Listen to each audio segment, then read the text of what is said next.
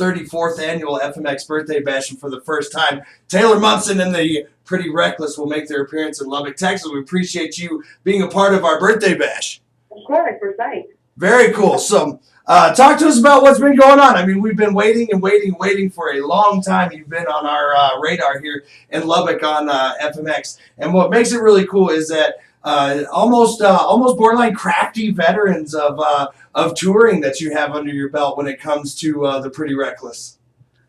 That's pretty much what's been going on. Tour.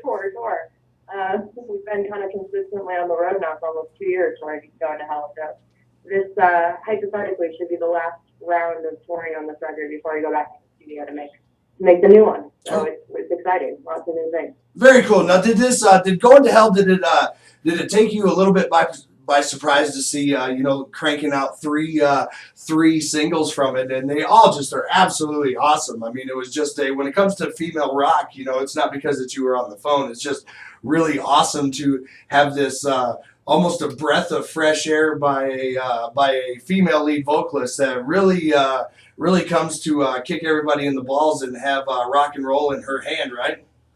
Thank you, man.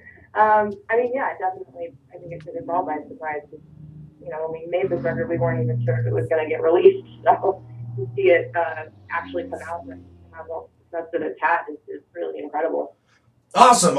And with you said 2 years of promoting and politicking and just pushing Going to Hell. After this is all done, I mean, do you have ideas for the new album? Have you taken anything from the road from either bands or from anybody that you've sat there and talked to bring motivation to what will be y'all's third studio album?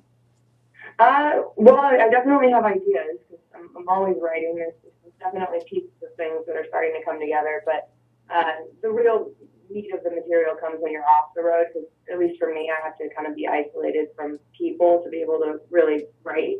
So on tour, right. you're never alone on tour. You live on a bus with 12 people. You're constantly working and doing things. So once you get off the road, then you really have a chance to look at all the little pieces you've jotted down and stuff and put it together and see where it's going to take you. But we're really excited. It's going to be great.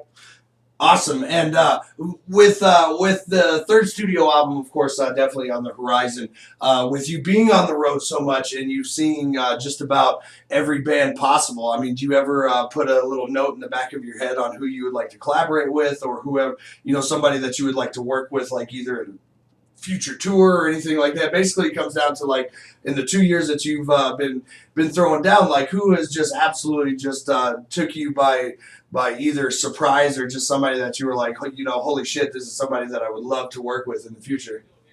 Well, we've toured with so many bands, and there's lots of great ones. I think the highlight show for me so far was we opened for Soundgarden, so that was in Quebec, and that was probably my favorite show of the tour. But as far as collaborations go, I kind of find that they can't be forced at all. So even if you like an artist, it's not necessarily like, hey, we should do something. It really has to come naturally, and the song has to fit. It has to be right.